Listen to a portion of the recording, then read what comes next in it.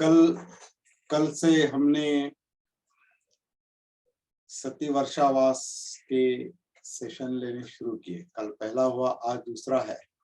कल कुछ लोग नहीं थे, लेकिन कल हमने एक जनरल बैकग्राउंड हमने तैयार किया कल।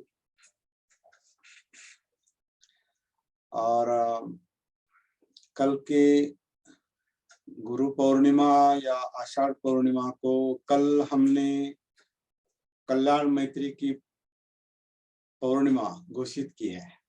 कल कल्याण मैत्री पूर्णिमा, और उसकी वजह हमने ये बताई कि पहले जो पंचवर्गीय साधु थे, परिव्राजक थे, वो बुद्ध के विरोधक बने थे। और पहला प्रवचन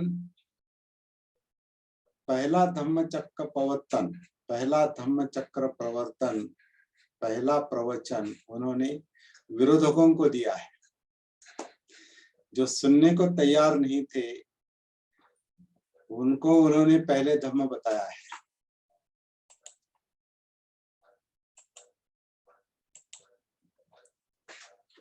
जो सुनने को तैयार नहीं थे उनको उन्होंने पहले धम्म बताया है।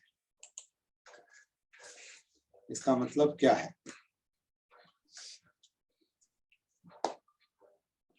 इसका मतलब ये है कि वो विरोधकों के साथ गुरु की तरह बात नहीं कर सकते।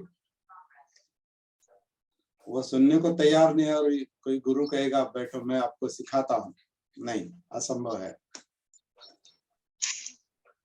तो क्या किया होगा? बुद्ध ने क्या किया होगा? जो कुछ किया, जो कुछ बताया, वो इस तरह से बताया, इस मित्रता के साथ बताया, इस कल्याण मित्रता के साथ बताया कि वो सुनने को तैयार हो गए। तो कल के दिन को गुरु पूर्णिमा नहीं कह सकते, कल्याण मैत्री की पूर्णिमा कह सकते हैं। और धम्म जो बताया जाता है वो कल्याण मित्रता के साथ ही बताए। धम्म कोई सिखाने की बात नहीं है, धम्म अनुभव शेयर करने की बात है। क्योंकि दुख मुक्ति निपान किस तरह से मिल सकता है ये बताने की बात है, और इसमें कोई जबरदस्ती करना संभव नहीं। ये बात बहुत ही मैत्री के साथ और बहुत ही संवेदनशीलता के साथ बताना संभव है। अगर इसमें कोई नियम बनाएंगे, इसमें कोई जबरदस्ती करेंगे, इसमें कोई गुरुपन का ये करेंगे, आप गुरु का रोल करेंगे और सामने केवल सुनने वाला है, नहीं। धम्म चर्चा से धम्म जिस पर हम बात कर रहे हैं उसमें एक तरह की सहमति भी होनी चाहिए, तभी वो धम्मचक्र प्रवर्तन संभव है। तो धम्मचक्र प्रवर्तन, धम्म के चक्र को गति दी है कल के दिन बुद्ध ने। धम्म क्या है? धम्म एक बहुअंगी शब्द है। धम्म का वैसे कोई भाषांतर भी नहीं हो सकता, अनुवाद नहीं हो सकता, कोई ट्रांसलेशन नहीं धम्म का। क्योंकि धम्म एक ऐसा शब्द है जो आंतरिक है, अपने जीवन से संबंधित है। और जीवन से संबंधित कई बातें ऐसी होती है कि आप उसका आप ट्रांसलेट नहीं कर सकते, अनुवाद नहीं कर सकते, दूसरी भाषा में बताना बहुत कठिन है। लेकिन फिर भी वो बात सामने वाले को, भले वो परभाषी को, दूसरी भाषा वाला हो, उसको समझना संभव है। भले वो उसकी भाषा नहीं है, फिर भी समझना संभव है। तो कैसे संभव है? क्योंकि अनुभव की समानता है, अनुभव समान है, तो समान अनुभवों को महसूस किया जाता है, समझ लिया जाता है। जैसे अभी कल के दिन धम्मचक्र प्रवर्तन के दिन हम ये कहेंगे कि बुद्ध ने दुख मुक्ति का मार्ग बताया, दुख मुक्ति का अनुभव शेयर किया कि दुख मुक्ति इस तरह से संभव है। तो ये दुख कोई कैसे समझेगा और दुख मुक्ति कोई कैसे समझेगा? उसका एक ही कारण है कि आप सब लोग दुखी हैं और हम भी दुखी हैं। बुद्ध भी दुखी थे, 5 परिव्राजक भी दुखी थे। तो दुख समझाने की कोई आवश्यकता नहीं, दुख समझता है। वैसे आप दुख कहो, तनाव कहो, सफरिंग कहो, यातना कहो, चिंता कहो, कुछ, या आपका चेहरा भी बोलता है कि आप सुखी है या दुखी है, आप तनाव में है या तनाव में, मतलब उसके लिए कोई भाषा नहीं, दुख की कोई भाषा नहीं, दुख मुक्ति की कोई भाषा नहीं। ऐसी बातें धम्म के अंतर्गत आती है। और धम्म का एक अर्थ मनोधम्म भी होता है। मन के धम्म, मन में जो कुछ चल रहा है उसे मनोधम्म कहते हैं। जैसे धम्मपद की पहली गाथा है, मनोपुपंगमा धम्मा मनो सेठा मनोमया, मनोधम्मों में मन आगे है। मतलब मनोधम्म मतलब मन में जो कुछ है वो मनोधम्म है, और मनोधम्मों में मन मुख्य है, मतलब मनोवस्था मुख्य है। जैसा मन है वैसे मनोधम्म है, या जैसे मनोधम्म है वैसा मन बनता है। अगर मनोधम्म अकुशल है तो मन, मतलब मन में अगर विकृतियां हैं, मन में अगर अकुशल है, बुराई है, राग है, द्वेष है, लोभ है, द्वेष है, तो मन दुख का अनुभव करेगा। अगर मनोधम्म कुशल है, अच्छे हैं, सकारात्मक है, तो मन सुख का अनुभव करेगा। मतलब जैसे मनोधम्म है उसके मुताबिक मन है, या जैसा मन है वैसे मुताबिक मनोधम्म काम करते। ये परस्परावलंबी शब्द है, थोड़ा समझ लेने की कोशिश करेंगे इसको, क्योंकि धम्म चक्र प्रवर्तन है, धम्म के चक्र को गति देना है।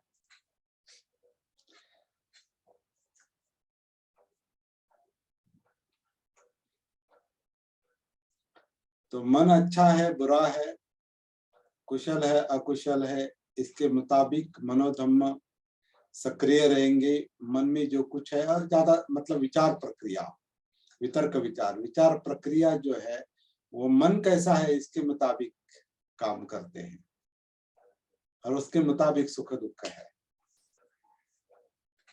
और इन सब बातों को महसूस किया जा सकता है, लेकिन इसका अनुवाद करना बहुत कठिन है, इसलिए हम शब्दों में नहीं जाएंगे।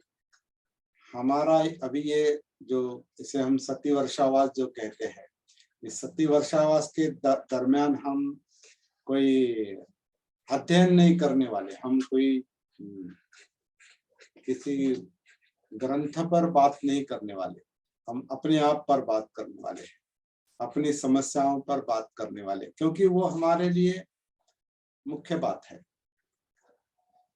क्योंकि जीवन तनाव से भरा हुआ है, दुख से भरा हुआ है, और हमें उससे बाहर आना है, उससे मुक्ति पानी है, मतलब निब्बाण पाना है। और जिनको निब्बाण प्राप्त करना है, दुख मुक्ति जिनको चाहिए, जिन्होंने इसको मकसद बनाया है, जीवन का मकसद बनाया है, उनके लिए धम्म है। जिन्होंने इसको मकसद नहीं बनाया, जो धम्म को एक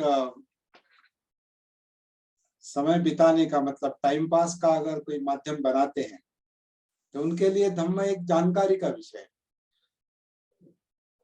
लेकिन जिनको वास्तव में निब्बाण का उद्देश्य हासिल करना है, निब्बाण प्राप्ति करनी है, दुख मुक्ति प्राप्ति करनी है, उनके लिए धम्म प्रैक्टिस का विषय है, साधना का विषय है। इसलिए धम्म एक साधना है, मनोधम्म की साधना करनी है, मन की साधना करनी है। जैसे बाबा साहब ने कहा इसको कल्चर ऑफ द माइंड,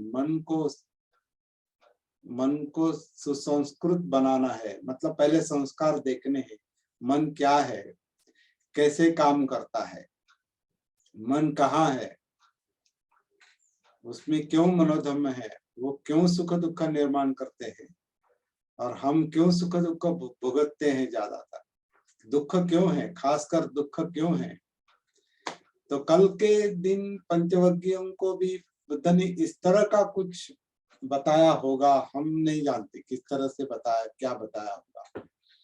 लेकिन एक बात बहुत समझ लेना, कल पहली बार मुझे भी समझ में आया कि एक विरोधकों को उन्होंने धम्म सिखाया है, तो किस तरह से बात हो सकती है, इस पर विचार करना अभी जरूरी है। और हमें भी हमारा ये अनुभव है कि हम भी जब धम्म प्रचार करते हैं, कुछ बातें शेयर करते हैं, तो सुनने वाले बहुत कम होते हैं, मतलब विरोधक ज्यादा होते हैं। अभी कितने लोग हैं यहाँ पर? 9 और मैं अकेला 10 लोग हैं हम यहाँ, 9 ही है।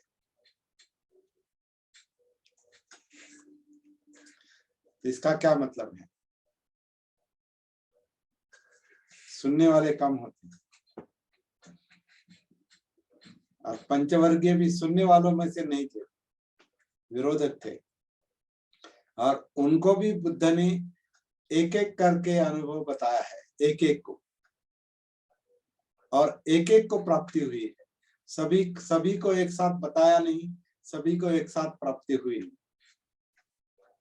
जो 5 लोग थे उसमें जो पहले व्यक्ति को प्राप्ति हुई वो कौंडिन्य थे, कौंडिन्य, वप्पा, महानाम आदि जो 5 लोग थे उसमें से पहला जो था कौंडिन्य था, और तो उसको अकेले को पहले बताया, फिर उसको प्राप्ति होगी, निब्बाण प्राप्ति होगी कुछ घंटों में,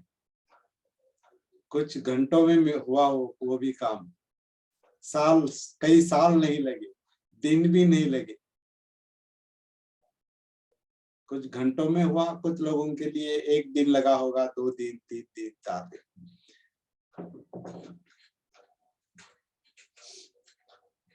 लेकिन ऐसा कहते हैं आगे चल के 6 महीने में 60 लोग अरहत हो गए, 6 महीने में 60 लोग अरहत हो गए, दुख मुक्त हो गए। तो ये जो बात है, विमुक्ति की बात, दुख मुक्ति की बात, निब्बाण की बात, वो बताने वाला कैसा है इस पर ज्यादा निर्भर है, और समझने वाला कैसा है इस पर ज्यादा निर्भर है।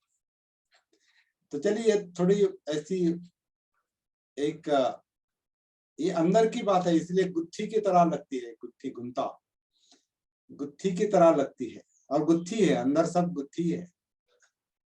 हमारा मन एक गुत्थी है, गुंता है, गुत्थी है, और उसमें उतरना इतना आसान बात नहीं। इसलिए ये सारी बातें गुत्थी की तरह चलेगी। लेकिन हमें, कुछ लोगों का भी यहाँ बहुत सारे लोग प्रैक्टिस करने वाले हैं, वो जानते हैं कि साधना करते करते करते करते ये जो गुत्थी है वो सुलझ जाती है, वो गुत्थी सुलझ जाती है। उसमें माइंड जो है, मन जो है, वो सिंप्लीफाई होता है, और सिंप्लीफाई होता है, सरल होता है, पहले जैसा नहीं रहता, परिवर्तित हो बदल जाता है, परिवर्तित हो जाता है। और इसी का अंतिम परिणाम जो है वो दुख मुक्ति है, निब्बाण है, वो परिपूर्ण परिवर्तन है, जिसमें मन की स्थिरता है, शांति है, अविचलित अवस्था है, अकंप है। निब्बाण में ये सब कुछ आता है, दुख मुक्ति है।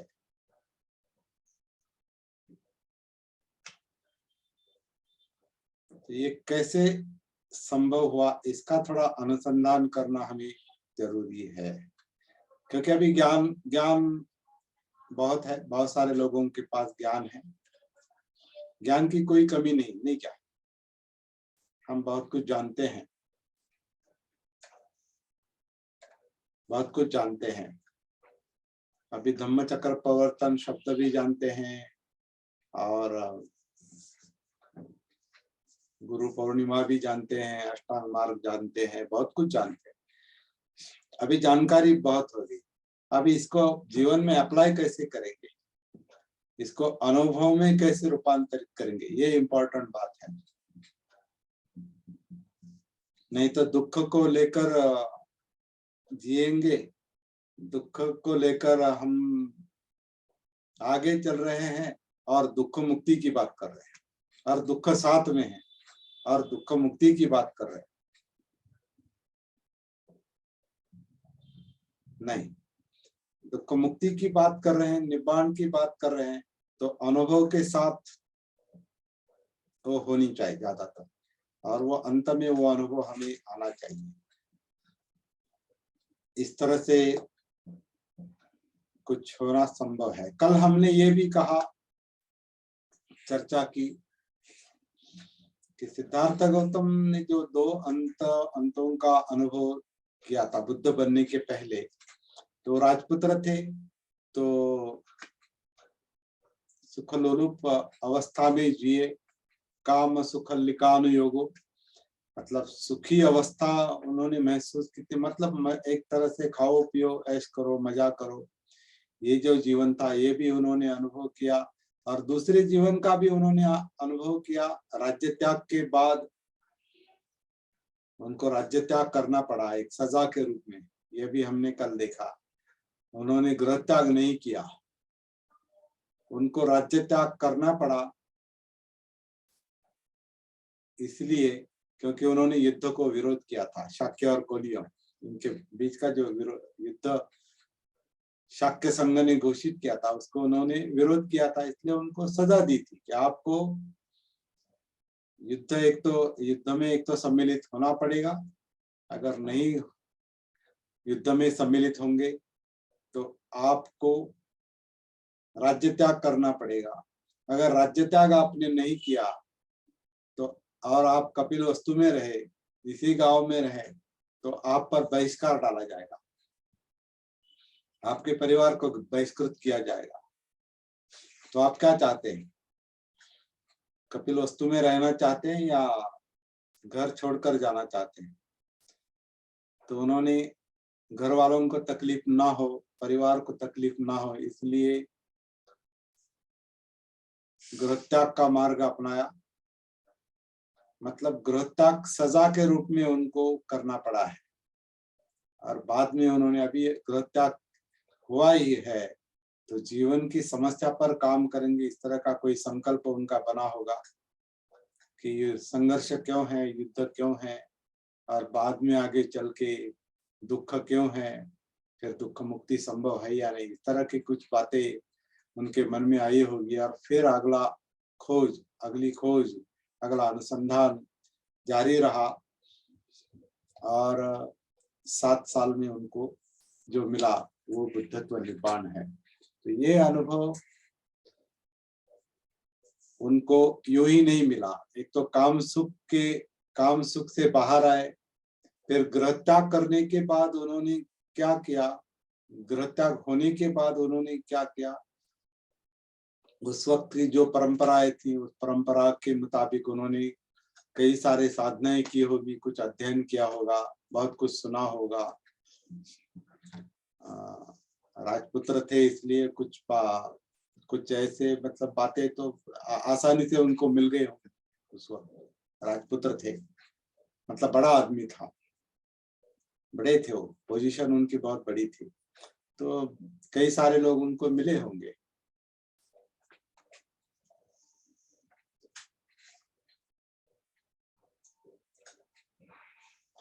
तो कई सारी साधनाएं करके देखी,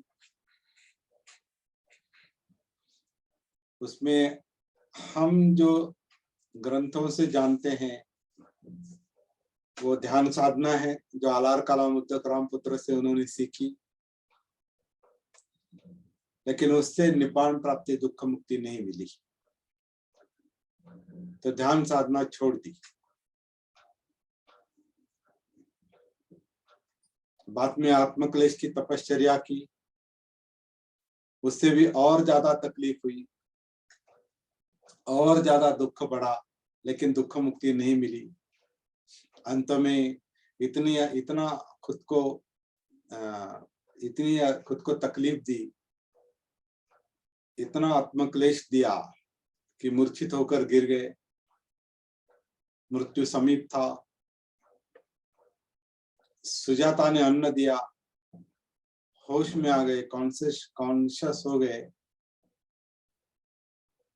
और फिर सोचते हैं जब काम सुखल्लिकान योगो, मतलब सब कुछ प्राप्त था, काम सुख मिल रहा था, इंद्रिय सुख मिल रहा था, तब भी दुख था। अभी ध्यान साधना की, आत्मक्लेश की तपश्चर्या की, फिर भी दुख है। तो कहाँ है दुख मुक्ति? और यहाँ अनायास मध्यम मार्ग का उगम होता है, और वो मध्यम मार्ग जो है वो सती का मार्ग है, जागृति का मार्ग है, आत्मभान का मार्ग है। अपने आप में उतर गए,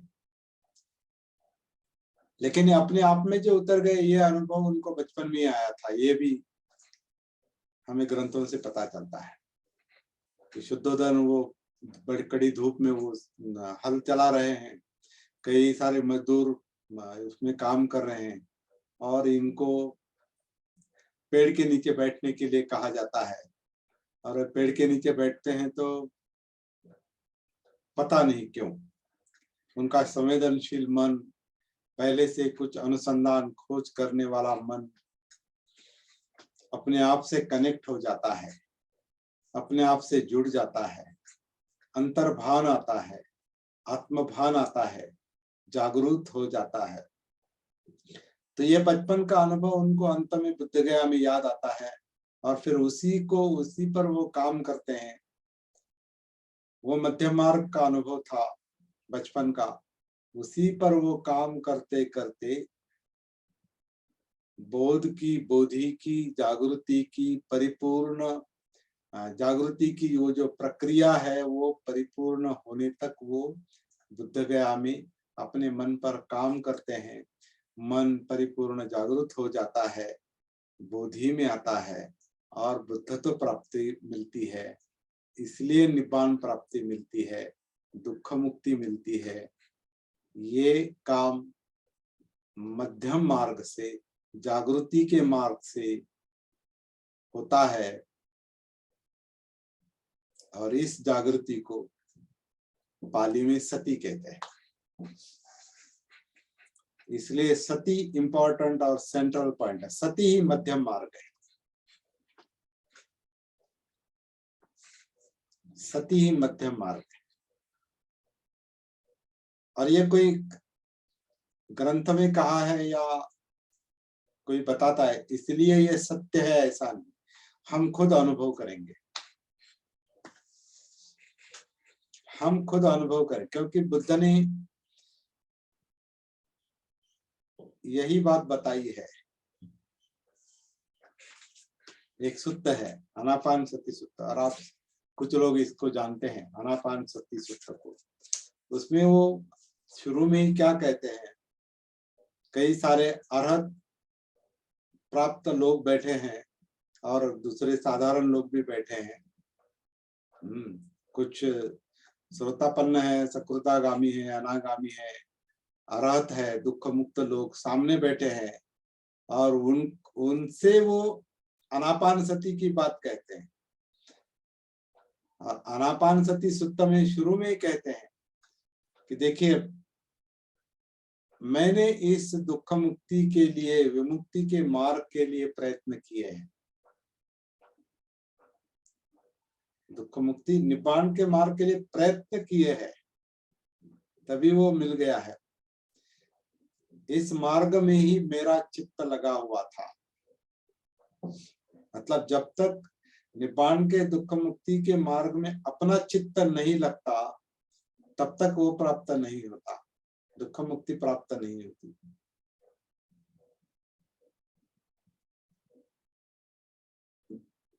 जो प्राप्त करना है वो उनसे कहते हैं, उस वक्त भिक्षु थे या साधक थे या उपासक थे, कई सारे लोग होंगे, उनसे वो कहते हैं कि जो प्राप्त करना है मतलब दुख मुक्ति निब्बाण, जो प्राप्त करना है उसे प्राप्त करने के लिए जिसका साक्षात्कार करना है, मतलब निब्बाण का साक्षात्कार, दुख मुक्ति का साक्षात्कार, जिसका साक्षात्कार करना है, अनुभव करना है, वो अनुभव करने के लिए, साक्षात्कार करने के लिए प्रयत्न करो, प्रयास करो।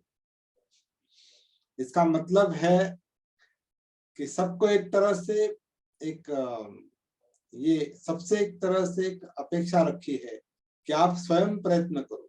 मैंने प्रयत्न किए हैं, मेरा चित्त इसमें लगा हुआ था, मैंने प्रयत्न किए इसलिए मुझे मिला। आपको अगर प्राप्त करना है तो आपको प्रयास करने पड़ेंगे। इतनी सरल सरल शिक्षा है। केवल गुरु की तरह मैं बताता हूं और आप सुनो, और ज्ञान की तरह आपके साथ अपने साथ वो ज्ञान रखो, नहीं, उसका उपयोग करो, अप्लाई, अपने जीवन में उसे अप्लाई करो, उसको लागू करो और खुद अनुभव ले लो। और फिर वो जो बताते हैं वो आनापानसति का एक अगला चरण है, उसमें अब हम नहीं जाएंगे, वो हमारा मुख्य विषय है। पूरे 40 दिन में हमारा मुख्य विषय यही रहेगा, लेकिन इसमें अभी नहीं जाएंगे। हम आज कल की तरह थोड़ा धम्मचक्र प्रवर्तन पर ही बात करेंगे। तो मध्यम मार्ग मिल गया कल के दिन, वो जागृति का मार्ग था, सती का मार्ग था। और हम ये भी जानते हैं कि कल के दिन उन्होंने अष्टांग मार्ग बताया। अष्टांग मार्ग का जो अंतिम अंग है वो समाधि है। अष्टांग मार्ग जो है सम्यक दृष्टि है, सम्यक संकल्प है, सम्यक वाचा है, सम्यक कर्मांत है, सम्यक आजीविका है, सम्यक व्यायाम,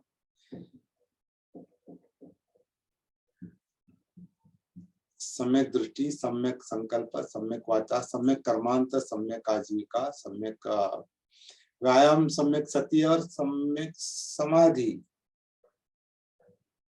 तो समाधि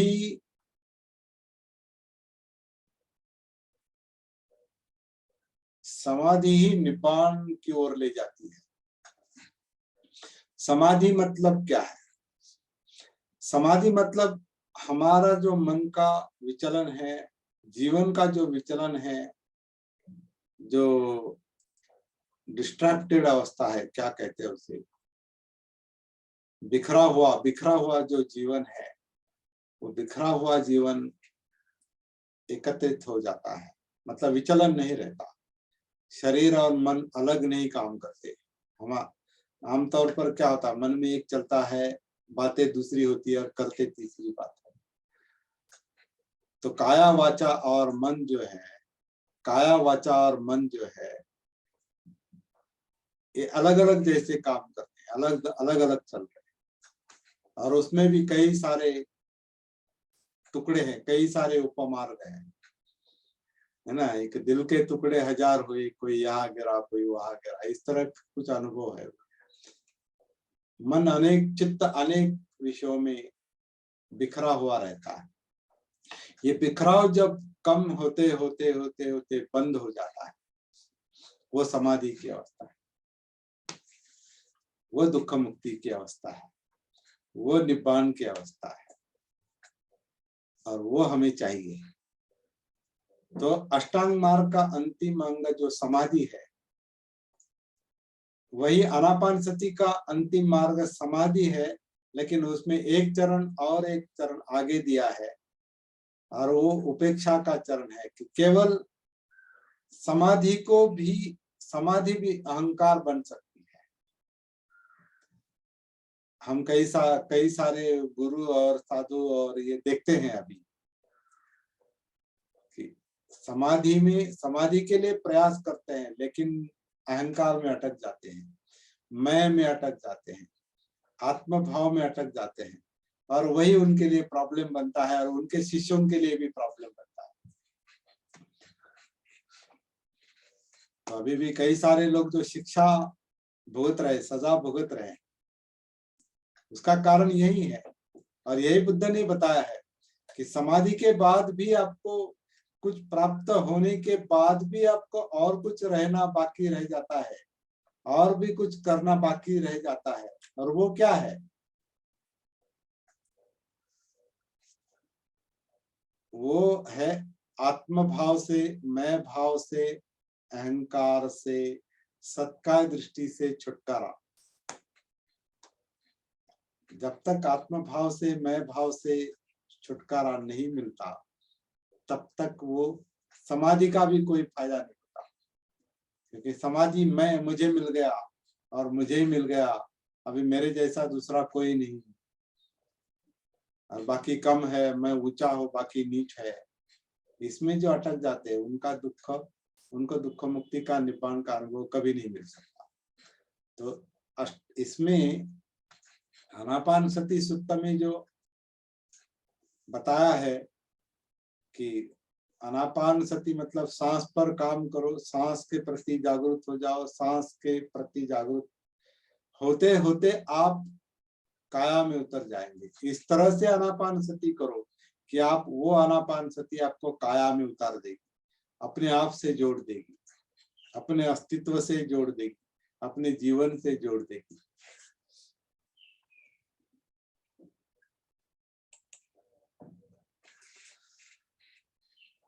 अपने जीवन से जोड़ देगी।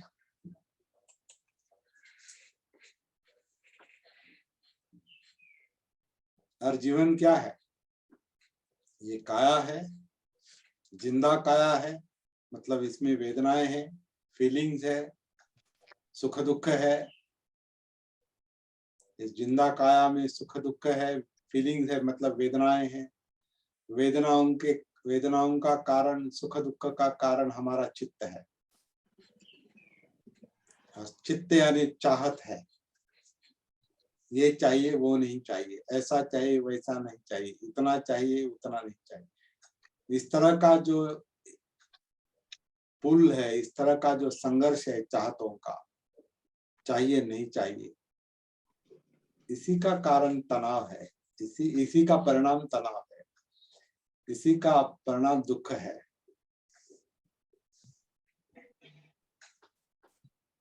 तो चित्त दुख का, चित्त वेदनाओं का, वेदनाओं का कोण नाही का इथं शेजाऱ्यांचा हात भर सुख दुख का कारण चित्त है। और इस सब के बारे में हम जो बात कर रहे हैं शब्दों के जरिए, वो हमारी विचार प्रक्रिया है, मतलब मनोधर्म है। तो काया, वेदना, चित्त और मनोधर्म, ये हमारा जीवन है। मतलब सतिपट्ठान हमारा, ये चार अंग जो है, ये हमारा जीवन है। और इन पर काम करते करते, मतलब इन चार अंगों की जागृति, सती, एक एक करके या एक साथ, बाद में एक साथ भी, पहले एक एक करके विकसित करके हम आनापान के आधार से कायानुसति में, वेदना में, चित्त में और मनोधम्म में हम एक एक करके उतर के हम समाधि की अवस्था प्राप्त कर सकते हैं। तो ये प्रक्रिया कैसे है, ये हम आगे चलकर एक एक करके हम समझने की कोशिश करेंगे। आज केवल एक क्या कहते हैं, प्रारूप पर बात चल रही है, कल आज और शायद और एक दो चार दिन प्रारूप पर। प्रारूप यानी जिसे मराठी में आराखड़ा कहते हैं, आराखड़ा कि क्या काम करना है। इन 40 दिनों के दौरान आज दूसरा दिन है, सत्यवर्षावास का दूसरा दिन है, तो हम इन इन इन 40 दिनों के दौरान क्या काम करेंगे, ये पहले हम ये मार्ग हमें पहले स्पष्ट हो जाना चाहिए कि क्या करना है। इसलिए ये सब बात हम कर रहे हैं। तो आनापान के आधार से हम काया में, चित्त में, काया में, वेदना में, चित्त में, मनोधम्म में उतर के हम समाधि तक जाएंगे, जो अष्टांग मार्ग का भी एक अंतिम अंग है, ये हम बात कर रहे थे।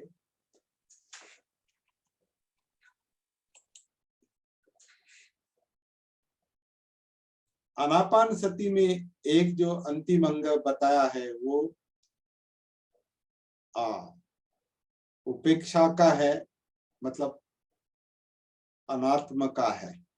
उस पर हम एडिशनल हम बात करेंगे अपने इसमें कि अनात्म से ही मतलब मैं भाव से मुक्ति, आत्म भाव से मुक्ति, सत्ता दृष्टि से मुक्ति, क्योंकि वही मैं अहंकार जो है, जो अविद्या अविद्या के कारण निर्माण होता है, जानते नहीं हम अस्तित्व को, जानते नहीं अपने आप को, जानते नहीं अपने आप को, जानते नहीं मतलब क्या, इस काया को नहीं जानते, इस वेदनाओं को, सुख दुख को नहीं जानते, इस चित्त को नहीं जानते, मनोधम्म को, विचार प्रक्रिया को नहीं जानते, नहीं जानते, इसलिए वो मैं धम्म को धारण करता है।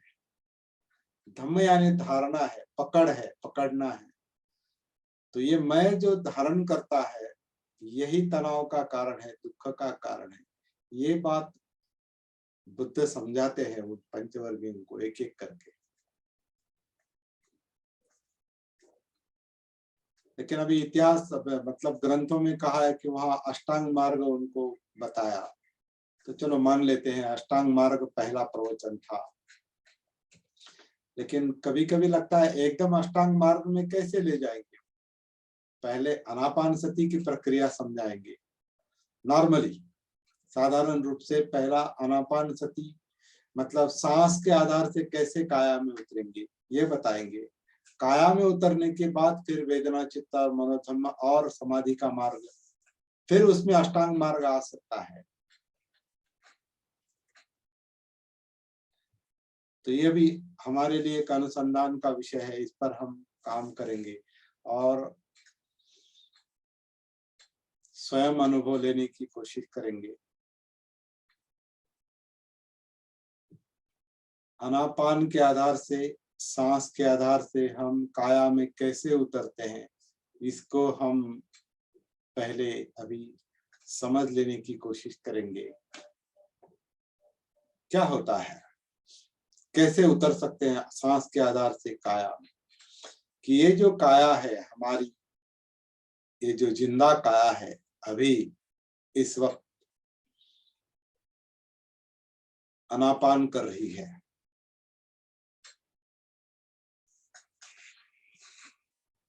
सांस बाहर से अंदर नहीं आता, सांस शरीर द्वारा अंदर लिया जाता है। ये अभी अनुभव हो सकता है तो बहुत अच्छा। और यही काम है, वर्तमान का काम है, ये कोई पीछे का आगे का काम नहीं, बाद में करेंगे ऐसा काम नहीं है। अभी इस वक्त यही पश्य को आओ देखो, यहीं पर आओ और यहीं पर देखो, वर्तमान में अभी इस क्षण में हमारा शरीर किस तरह से सांस अंदर लेता है, किस तरह से छोड़ता है।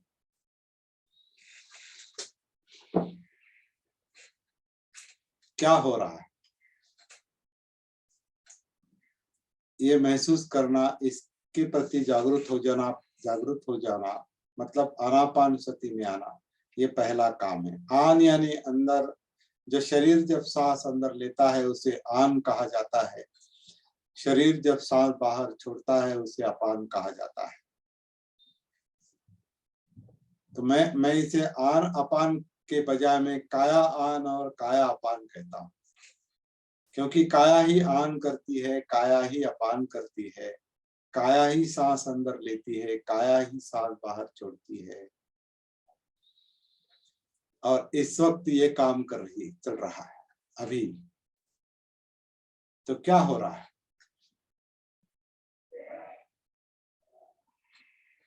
काया के अंदर, पेट के अंदर, छाती और पेट के अंदर ये जो धड़ का हिस्सा है, कमर से लेकर कंधों तक का ये जो हिस्सा है, धड़, ये आनापान करता है।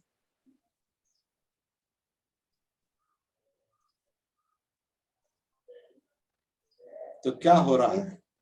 मज्जा संस्था द्वारा स्वास्थ्य पटल का अकुंचन प्रसरण।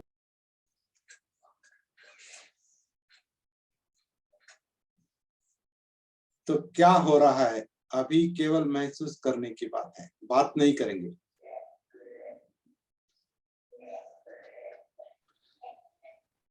शरीर के अंदर,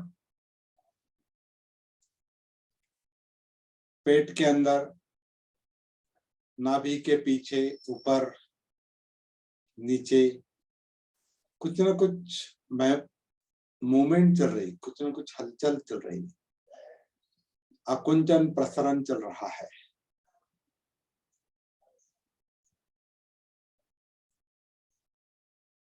वो आपकी मनोवस्था के मुताबिक और आपकी शरीर अवस्था के मुताबिक अभी चल रहा है। अगर इस वक्त आपका मन स्थिर है, शांत है, तो सांस भी शांत चलेगा। अगर आपके मन पर, शरीर पर तनाव है, तो सांस की गति उस तरह से होगी। अगर आपके मन में कोई जकड़न है, शरीर में कोई जकड़न है,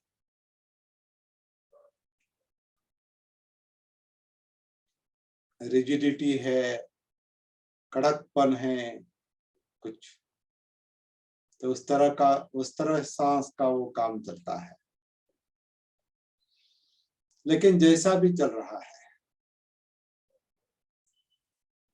जैसा भी सांस, शरीर जिस तरह से सांस अंदर लेता है, पेट के अंदर, नाभि के पीछे जो मूवमेंट हो रही है, वो मूवमेंट आनापानसति का विषय है। शुरू में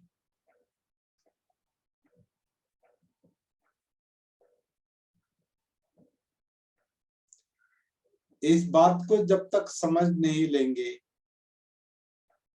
हमारा काम आगे नहीं जाता। तो इसे हम दूसरे शब्दों में इसे नैसर्गिक सांस कहेंगे। जो शरीर नैसर्गिक रूप से लेता है, छोड़ता है। सांस हम नहीं लेते, हम नहीं छोड़ते। सांस लेना छोड़ना हमारा काम नहीं। हमने नहीं भी लिया, नहीं भी छोड़ा, शरीर सांस लेता है, शरीर सांस छोड़ता है। और वो जो गति है शरीर की सांस लेने की और छोड़ने की, वो जो गति है, उस गति में सती के साथ उतरना है।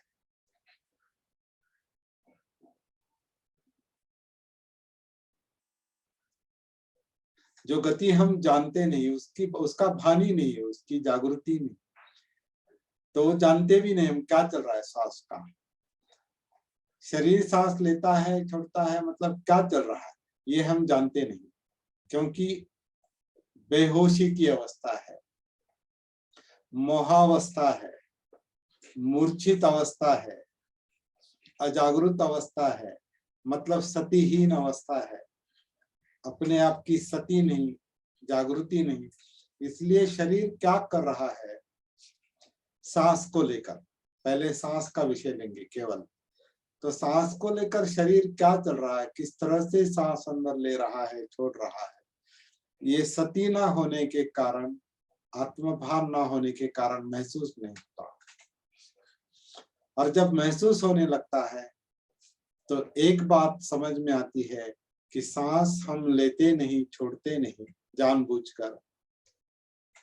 शरीर अपने आप सांस अंदर लेता है, अपने आप छोड़ता है, और वो काम अभी इस वक्त चल रहा है।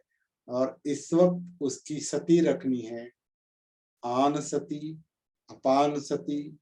जब काया शरीर इस वक्त जिस तरह से सांस अंदर ले रहा है, उसकी सती रखनी है, आन सती या काया आन सती। जिस तरह से शरीर सांस बाहर छोड़ रहा है, काया अपान सती। ये जो मोमेंट है, ये जो गति है, ये भी धम्म का एक रूप है। ये भी शरीर धम्म है। शरीर धम्म, काया धम्म, चित्त धम्म, मनो धम्म, सब धम्म है। तो ये आन और अपान या काया आन काया अपान, ये भी एक धम्म है और ये गति है।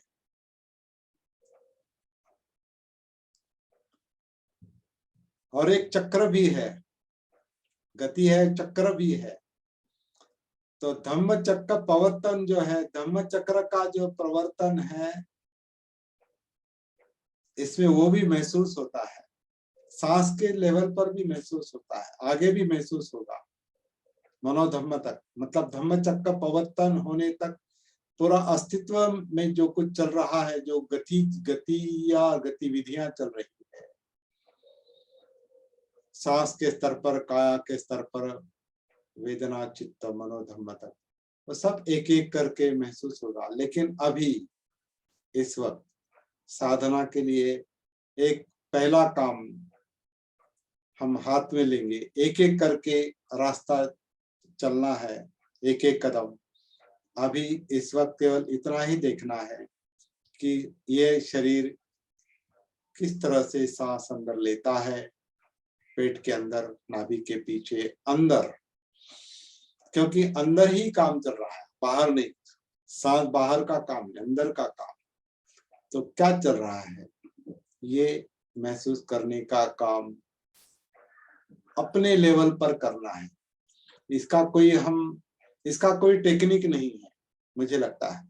इसका कोई टेक्निक नहीं, कोई तंत्र नहीं इसका।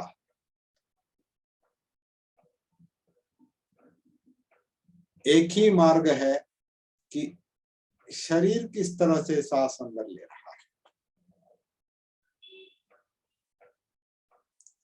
क्या हो रहा है आकुंचन प्रसरण में, क्या हो रहा है। पेट, छाती, पीठ, और पेट के अंदर जो कुछ भी है, श्वास पटल है, नीचे ऊपर, आकुंचन प्रसरण को लेकर क्या चल रहा है, ये आनापान सती का, काया आनापान सती का सांस के स्तर पर जागरूक हो जाने का एक तरीका है, एक माध्यम है। इसको महसूस करना, इसमें कोई टेक्निक नहीं है, ऐसा करो, वैसा करो, ऐसा सांस लो, वैसा सांस लो, सांस यहाँ देखो, वहाँ। वो ध्यान हो गया, वहां आप ध्यान देते हैं, वहां आपका मन ले जाते हैं। यहाँ मन को कहीं कहीं ले जाना नहीं है, मन को अंदर से बाहर नहीं लाना है। मन के अंदर ही मन के साथ जागरूक होकर सब देखने का काम है। बाहर ले जाएंगे तो बाहर भटकेंगे, वो ध्यान का काम। अंदर सती है, जागृति है। जैसे एक गाथा भी है, धम्मं कायेन पश्यति। अंदर के जो धम्म है, ये काया धम्म हो या वेदना धम्म हो या चित्त धम्म हो या मनोधम्म हो, अंदर के जो धम्म है वो काया से महसूस करने, काया के अंदर महसूस करने हैं। धम्मं कायेन पश्यति, जो धम्म काया से महसूस करता है, काया से देखता है, उसे धम्म महसूस होते हैं, वो धम्म जानता है और उससे आगे का काम बनता है। तो फिलहाल केवल काया धम्म, काया का एक धम्म जो है वो आन और अपान है।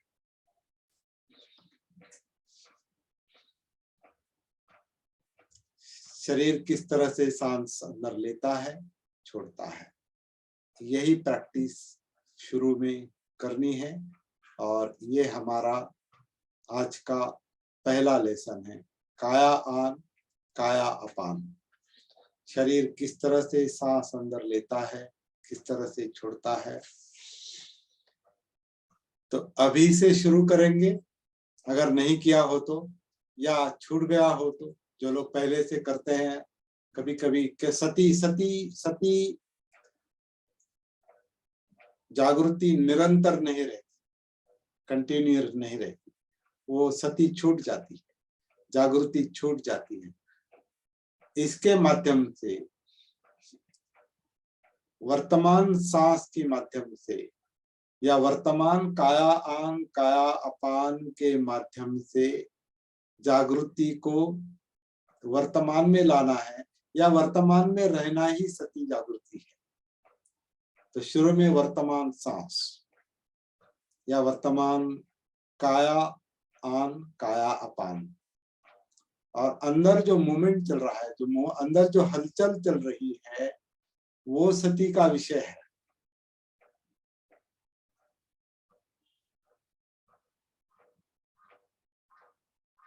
और ये अभी हम महसूस कर रहे होंगे, ऐसी मुझे आशा है। और इसी काम को आगे ले जाना है, और कल देखेंगे आगे क्या होता है। आज के लिए इतना काफी है। आज के लिए हमने इतना ही देखा कि शरीर जो सांस अंदर लेता है, बाहर छोड़ता है, क्या हो रहा है, इसके माध्यम से, इसके आधार से अपने आप से जीवन के साथ कनेक्ट हो जाना है, जुड़ जाना है। इसी को लेकर हम, इसी के आधार से हम आगे का काम, मतलब मनोधम्म तक पहुंचेंगे। कैसे पहुंचेंगे, ये आगे की बात है। एक एक करके हर रोज प्रैक्टिस करते करते, और कुछ बातें आप स्वयं कम्युनिकेट भी करेंगे। यहाँ पर केवल वन वे मैं बताऊंगा और आप सुनेंगे, ऐसा इस तरह से नहीं चलेगा ये काम। अगर अभी से आपने शुरू किया है वो देखना, तो कल आप बताएंगे आपने अब से लेकर, अब बजे हैं 8, कल 7 बजे हम फिर यहाँ इकट्ठा आएंगे। कल हम सब लोग इस पर थोड़ा मनोगत व्यक्त कर सकते हैं, जिनको करना है, कि अभी 24 घंटे में मैंने सांस का ये फला फला रूप देखा। इस 24 घंटे में अब से लेकर कल तक 23 घंटे में क्या महसूस हुआ। आप सांस को लेकर अपने आप से जुड़ गए हैं या नहीं। सांस के आधार से या काया आन काया अपान के आधार से अपनी काया के साथ जुड़ गए हैं या नहीं, ये आप कल स्वयं बताएंगे। ऐसा होगा या ऐसा नहीं, लेकिन कम से कम शुरुआत हो जाएगी। और यही काम, प्रैक्टिकल काम करना है। और अगर सीरियसली किया, इसको अपने विषय बनाए। जैसे बुद्ध ने वो कहा है कि मेरा चित्त इसमें लगा हुआ था। जब तक हमारा चित्त इसमें नहीं लगता, ये हमारा विषय जब तक नहीं बनता, तब तक कोई प्राप्ति होना संभव नहीं, तब तक कुछ मिलना संभव नहीं। अगर इसको हम विषय नहीं बनाएंगे तो क्या होगा? मन भटकेगा। दुख के साथ जी रहे हैं, दुख के साथ ही मरेंगे।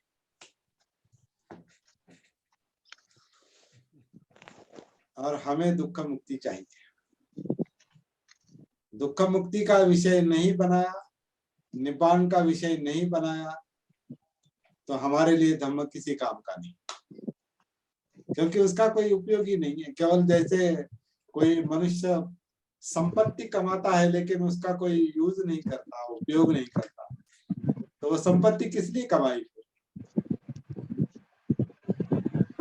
इसी तरह से अगर धम्म का ज्ञान, अपने धम्म का धन हमने इकट्ठा करके लेके इकट्ठा कर लिया है और उसको दिमाग में रखा है, या किताब में रखा है, या कहीं लिख के रखा है और ज्ञान के रूप में संभाल के रखा है, लेकिन उसका प्रज्ञा में परिवर्तित नहीं किया, उसको समझदारी में परिवर्तित नहीं किया, जो इकट्ठा करके रखा है उसका अर्थ समझ नहीं लिया, उसका उपयोग नहीं किया, तो धम्म के ज्ञान का क्या फायदा है? तो वो अहंकार बनता है, वो ईगो बनता है और वही तकलीफ देता है। इसलिए आनापानसति सूत्र में समाधि के बाद उपेक्षा बताई है, और उपेक्षा यानी अनात्म है। अनात्म यानी मैं नहीं, मैं का कोई अस्तित्व नहीं है, मैं एक भ्रम है, मैं एक मोहावस्था है, मैं आत्मभाव एक प्रमाद है, मूर्छित अवस्था है, बेहोशी है, अविद्या है, और अविद्या का परिणाम दुख है, क्योंकि अविद्या अहंकार है, पकड़ है, जकड़न है। नहीं मीटिंग में जूम मीटिंग।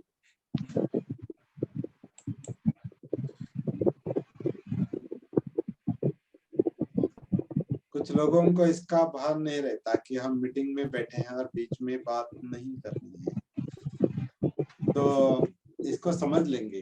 ये भी सती का अभ्यास है, ये भी सती है। तो मेरे ख्याल से मेरी ओर से इतना काफी है। आपको जो कुछ बात करना है आप बात कर सकते हैं। और यहाँ डबल रिकॉर्डिंग चल रही है, एक झूम पर भी रिकॉर्डिंग चल रही है और दूसरे मेरे मोबाइल पर चल रही है। तो मैं मोबाइल का रिकॉर्डिंग जो है मैं अभी बंद करता हूँ, ये आपको कल सुनने को मिलेगा।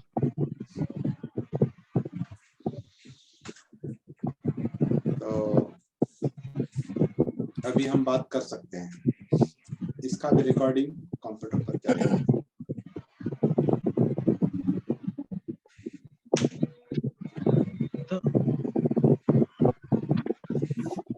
सभी को मैत्रीपूर्ण जय भीम। जय भीम सर। नमो बुद्धाय। नमो बुद्धाय सर। सर मैं आपका बहुत बहुत धन्यवाद देता हूँ, बहुत बहुत पुण्यानुमोदन करता हूँ कि आप वास्तव में हम जानकारी रखते हुए भी और फिर भी सोए हुए हैं सर, फिर भी आप जगाते रहते हैं किसी माध्यम से। तो कल से सर आपने सेशन किया है तो हमें जगाने का ही काम किया है, तो और वो वर्षावास का भी लाभ हम ले सकेंगे, क्योंकि कल मैं उपस्थित नहीं हो पाया। अभी वो काम शुरू हो गया क्या? ये अभी शुरू हो गया क्या और चल रहा है क्या? ये काम चलते रहना चाहिए जी। जितना हम सती से, जागृति से दूर है, उतना हम अपने आप से दूर है, अपने आप से डिस्कनेक्टेड है। मतलब हम अपने साथ नहीं चल, जिंदा दिख रहे हैं, जिंदा लग रहे हैं, लेकिन अपने साथ नहीं है। तो इसको समझ लेंगे, अपने जीवन के साथ जुड़ जाना है कि क्या हो रहा है, कैसे जी रहे हैं, क्या चल रहा है। इसलिए काया में उतरना है।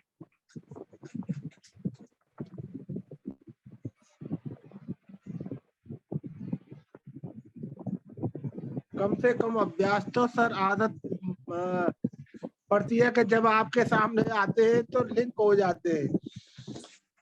ये बहुत विशेष है सर, और वो खुशियाँ जो मिलती हैं वो लिंक होकर के भी मिलती हैं।